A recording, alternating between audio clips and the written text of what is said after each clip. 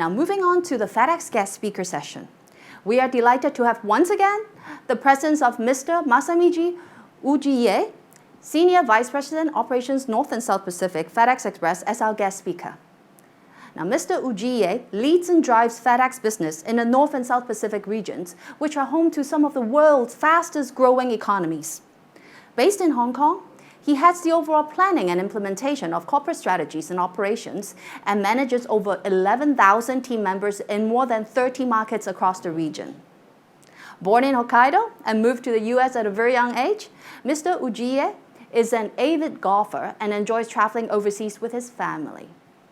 Today, Mr. Ujiie will share with us his experience and insights around the theme of becoming a purpose-driven entrepreneur. Students, this is the opportunity for all of you to learn from Mr. Ujiie's experience and insights. And don't forget that there will be a Q&A session after his presentation. Welcoming our speaker from FedEx Express, Mr. Masamichi Ujiie. Thank you, and hello everybody again. After my welcome remarks a few moments ago, it's great to be able to speak to you at greater length about entrepreneurship and the opportunities that lie ahead of you. I mentioned earlier that since we started sponsoring this competition back in 2007, more than 32,500 young entrepreneurs have participated across the region. That's a really impressive number. All of you here today are the next stars of a huge and diverse group, a group which literally can make a significant impact and break new ground in the years ahead. Does that sound fantastic to you, or something that's too impossible to achieve? I'm sure all of you feel invigorated simply by being here today. Win or lose, your experience will take you one step further towards becoming a certified entrepreneur. And entrepreneurship is certainly a lifelong career that you get to build step by step. And I believe that you and your generation have so many unique attributes that will set you up for future success. You are the generation next. And we know it's not just businesses that play a crucial role in helping society get through a crisis like COVID-19. It's your generation of up-and-coming business people and consumers. You'll have the power to create purpose-driven innovation, ensure future sustainability, and build safe, equitable, strong economies which benefit everyone in our communities. The $90 trillion global economy has been hit hard by the COVID-19. And while that was its own challenges and opportunities for startups, one pressing question overshadowed all others. How will future entrepreneurs adapt to the new normal we expect to follow? Much has been written and said about the future of work. But what about entrepreneurship? How will you, the next generation of entrepreneurs, adapt to the new normal? What should you bring to the society? And that's the question we think all the time about at FedEx, because a big part of our job is to make commerce easier for entrepreneurs so their businesses can thrive both now and in the future. And the short answer is entrepreneurship will evolve. So today, I want to look at three key trends we see for the near future of entrepreneurship. Trends that will drive or at least be a crucial part of your future working life. The first, the entire model of global entrepreneurship is evolving very rapidly. The future will be powered by digital and built on agility and resilience. In the past few decades, a series of quiet revolutions have been changing how we work and the way businesses are built. Digital tools like Zoom, like we're using today, or Slack, or Teams, are bringing the physical and virtual workplaces together. So too is the science of artificial intelligence and machine learning, which has made so much more possible for small businesses. Older generations feel awkward taking on digital technologies like these. I certainly have. But you are the generation next. You are born into this digital world and instinctively know how to manipulate and navigate technologies moving forward. So in this world, where the physical and digital lines of businesses are increasingly blurring, we see entrepreneurship as always in motion. Commerce is constantly changing, just as FedEx itself is always in motion. Moving forward towards a future where now meets next, a future that will be leading in a digitized world. And in this new framework, where change is the only constant, COVID-19 has been a catalyst for establishing and reinventing businesses at speed. Throughout history, crisis has sparked changes for the better in societies. Pandemics have led to improved healthcare systems. For instance, while technological innovation continued even through the global financial crisis of 2008. Innovative companies that emerged from that time include, everyone knows, WhatsApp, Airbnb, Uber, Dropbox, Pinterest, and others. So looking back further to the SARS pandemic of 2002 to 2004, before all of you were born, that proved to be the making of what was then just a small B2B e-commerce company called Alibaba. They were critical in developing new Taobao consumer platform where SARS forced the company to send workers home. And Alibaba moved swiftly to remote working coordinated by a core team, providing continuity for both the existing B2B business and ensuring the successful launch on schedule of Taobao. So today, it's not just that more companies will emerge transformed from the COVID-19 crisis. It's also the barriers to entrepreneurship that have lowered. The accelerated speed with which businesses can be built from scratch is impressive. All this made possible by advanced digital technologies and interconnected global networks. We know it is becoming easier to become a global entrepreneur. For instance, the cost of starting a business has fallen 65% globally in the last decade, spurred by innovations such as cloud-based tech, which is more than halving the cost of starting a business. We're seeing digital services and products become so ubiquitous and so evolved that it's much easier for startups to access new technology. Websites and platforms that integrate a tech stack make it so much more viable to market products to a broader audience and better connect buyers, sellers, and partners. And while all these shifts aren't new, the rate of acceleration we've seen through the pandemic is. For instance, we're seeing the businesses that once mapped digital strategy years ahead are now at scale and the same initiatives in a matter of weeks. The speed of change has been simply phenomenal. The pandemic has given us an unprecedented opportunity to rethink and reconsider global entrepreneurship itself. And at FedEx, we fairly unique insight into how entrepreneurs are spurring growth, how they are scaling their businesses the world over. We're fortunate to work with some of the most ambitious and exciting entrepreneurs, including those right here in the Asia Pacific. Some small business may struggle to stay afloat, but we're also seeing organizations and individuals move up the digital adoption curve overnight.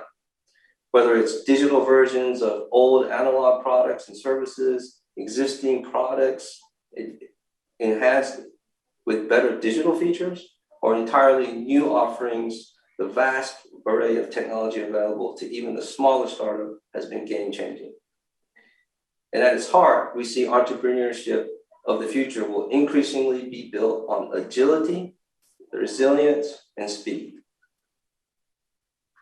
All of you have already had to learn agility, resilience, and speed just to reach these finals. You've been challenged by the shifts that COVID has brought. And these same skills will be increasingly in need in future entrepreneurs. Not just critical thinking or problem solving, but active learning, stress tolerance, and flexibility. And already, COVID-19 has changed how entrepreneurs work. Companies that move quickly during the crisis have strategic advantage over competitors. With millions working from home, firms that deliver fast, yet continue to provide exceptional service gain more loyal customers. Those that pivoted to online models, sped up by buying process, did well. Those that defined new solutions that worked anywhere in the world stand to be even more successful. So these skills aren't industry or sector dependent. They are skills we need to model over the life cycle of entrepreneurship itself. Let me just say, we've been so impressed by all of you here. You are demonstrating just the kind of smarts, drive, and empathy needed to find solutions to big problems. And I'm excited by the diversity of the teams and the ideas competing for this week, which leads me to my second trend here today.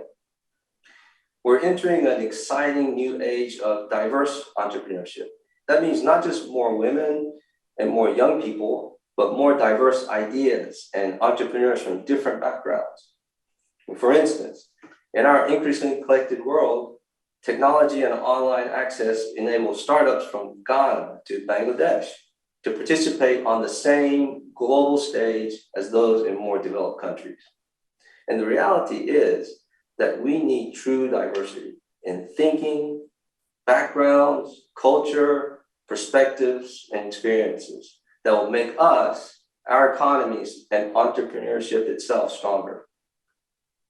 And the good news, diversity entrepreneurship is fed by an enormous talent pool. And this region certainly stands out. The Asia Pacific region has almost 60% of the world's youth population and 700 million youth aged 15 to 24 years. That is a vast resource right here.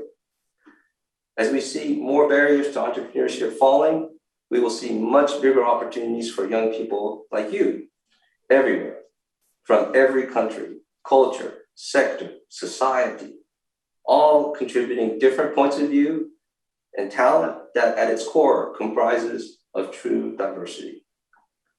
But it's not just how we teach entrepreneurship that's important, it's how we embed it in the post-COVID environment and reset what has gone before. It's all about how we work to find, fund, support you, the next generation of entrepreneurs, to build truly diverse, innovative, and inclusive businesses. And this is why we have to think true diversity when it comes to entrepreneurship and keep shaking our thinking when it comes to barriers, even geographic ones. And for instance, in Asia Pacific, we have two of the biggest economies in the world, China and India, as well as diverse emerging markets ranging from Indonesia to Cambodia. And the FedEx approach to this mega marketplace is one in which many vastly different cultures and teams closely work together on strategy and outcomes to serve customers worldwide. So we can more easily connect entrepreneurs and possibility across more and more markets. That's the kind of diverse thinking I'm talking about. It's what will define entrepreneurs of the future. Be prepared to look outside your comfort zone for new markets, new operating methods, and new types of ventures. And what do I mean by new types of ventures? It's something beyond conventional industries. If you search the internet, typing new startups change the world for the better, you'll find a host of startups that sprung up during the pandemic, doing novel, noble businesses in sustainability, social justice, and workplace diversity. And we are fortunate in Asia to have some of the most thriving startup ecosystems in the world. There's a lot of support for entrepreneurs, startups, and even venture capital models. There's still not enough focus on practical elements of growing a global business though. How exactly can you seize digital advantage and innovate on a worldwide scale? Much of this isn't glamorous world of startups. It's about the nitty-gritty of supply chains, trading across borders, government regulations. These are the types of issues that will become critical as e-commerce and cross-border trade continues to boom. Existing barriers to scale remain particularly in distribution and can often be harder to overcome. And that's why the priority must be on helping more diverse entrepreneurs build their own track record without necessarily needing piles of cash. You'll be interested to hear that one global survey of 12,000 millennials found that 69% of respondents believe they have the opportunity to become an entrepreneur. And now it's your turn as Generation Z to step up and grab that baton. Our focus at FedEx remains to help all age groups of entrepreneurs build track record via digital tools, technology, and other capabilities. So my message is, whatever your passion, own it. Perhaps start your own venture and follow the thousands of FedEx, JA, ITC alumni who have gone out and done just that. And this leads me to my final theme here today. The third trend is that the post-pandemic world will be shaped by a new set of values, which were less of a priority before the pandemic. These values are what have been yours, Gen Z, all along, to have a clearly defined mission of working to make the world a better place, to bring personal rewards, not just financial gain, to align against the triple bottom line of people, planet, and profit. At FedEx, we always look at business opportunities through the lens of what's the problem we're trying to solve?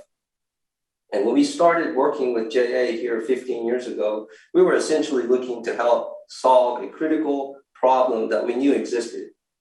And back then, business leaders were judged by a range of hard skills and performance metrics, but those skills weren't taught in the classroom. So we saw a need to help nurture critical skills to start and manage and grow a business long before entrepreneurial education became commonplace. Now the world has moved on, and so have we. It's not just these skills we need to, or digital know-how, resilience, and agility that are essential to thrive in the new economy, but it's the need for purpose when building your new business. And it all starts with a burning passion and determination to make the world a better and more inclusive place for people of all backgrounds. We see strong working examples of proven, purpose-driven entrepreneurial thinking in our work at FedEx. For instance, in the Philippines, we have an entrepreneur who set up a cloud-based software solution company called EC Fulfill. That helps local SMEs directly sell their products on global leading e-commerce platforms. For the founder, Neptune Factor, creating a simple to use solution to help local businesses expand their business overseas goes beyond profit generation. He is a firm advocate of high quality of Filipino products and is intent to help SMEs, especially those that are less tech savvy, to sell their products internationally as a new path to success. The COVID-19 disruption proves that entrepreneurship, like business itself, will increasingly be linked to purpose and not just profit, leading to much more significant social entrepreneurship in the years to come. Similarly, sustainability is a crucial part of the future of entrepreneurship as well. As a leader in using green technology, FedEx has things as electric vehicles, robotic automation, and delivery options. We know that green technology will drive the next wave of innovation in APAC. And it won't be just electric cars and batteries. There'll be a strong growth in climate-based focused startups. Such a scenario would have been impossible to imagine when the term entrepreneur was first used centuries ago, back in 1723, really to describe someone who increased profits while pushing costs down. Now it's defined as someone who walks the unwalked path, who does things that haven't been done before, who challenges status quo and makes positive impact on individuals and the wider community by making the world we live in a more inclusive, equitable, and sustainable. At FedEx, we are in the entrepreneurial growing business. We always search for the next wave of young talent and innovation in APAC and across the mega place of EMEA. Not just because it will help us grow our business, but because entrepreneurship is really key to global economy. That's why this program is so important to FedEx, to empower future generations of global entrepreneurs such as yourselves. FedEx always has been revolutionizing the global market. We facilitate and expand global trade by building supply chains and delivering local products and services to customers all around the world. Trade is the lifeblood of the global economy, and entrepreneurs are an integral part of that. Everybody benefits when it's easier to bring new products and ideas to the global marketplace. It's critical to economies across Asia, to growth, and to jobs. And we take great pride in supporting the global system of international trade that's good for the world. So let me leave you with one last thing that has not changed about entrepreneurship. It's the need to take risks. The words of one very successful entrepreneur, Fred Smith, who founded FedEx some 50 years ago. He said, "Fear of failure must never be a reason not to try something." So thank you so much for today, and please enjoy the competition this week. Thanks, Mr. Masamiji Ujie, for sharing your valuable insights with our young entrepreneurs. We will now open the floor for Q&A. Now, students, this is your opportunity. Please be reminded to use the raise hand function in Zoom to raise your questions. I will facilitate by calling out your team name before you raise your questions, and don't forget to turn on your video and unmute yourself before you speak. Now, while we line up the questions from students, please allow me to welcome all of our ITC students to the ITC and J alumni family. You will have the chance to hear from some of our outstanding ITC Asia Pacific Finals alumni and how to stay connected with the broader ITC alumni network very soon. Okay. Students, in the interest of time, I can see that, I can actually see one question coming in.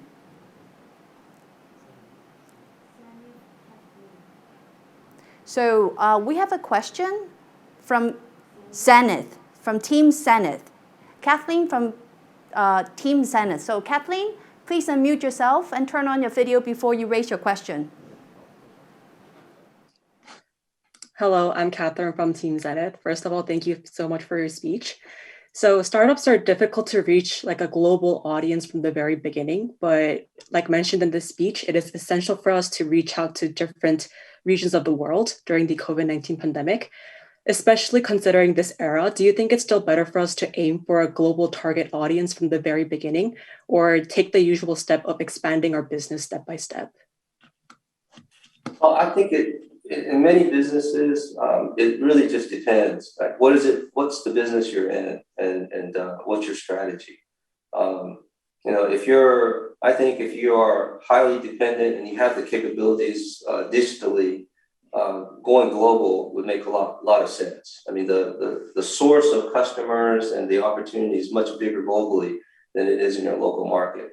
But you may have services or processes that you're trying to refine, right, and improve. And so in those kind of cases, it might be better to start locally first to make sure that your product and services really do have resonate with customers. And after that, and you've proven it, then go global and expand the opportunity for your business. Thank you so much. Thank you. Okay, we still have time to take one more question, and we have a question from Team Bonnie and Clyde. Students, yes, over to you. Okay, so I only have one question, which is my problem with making the strategy. Is I want to know the experience of FedEx in how they assure their product regulation in the epidemic situation, which is our problem too if we want to make a successful strategy in the future.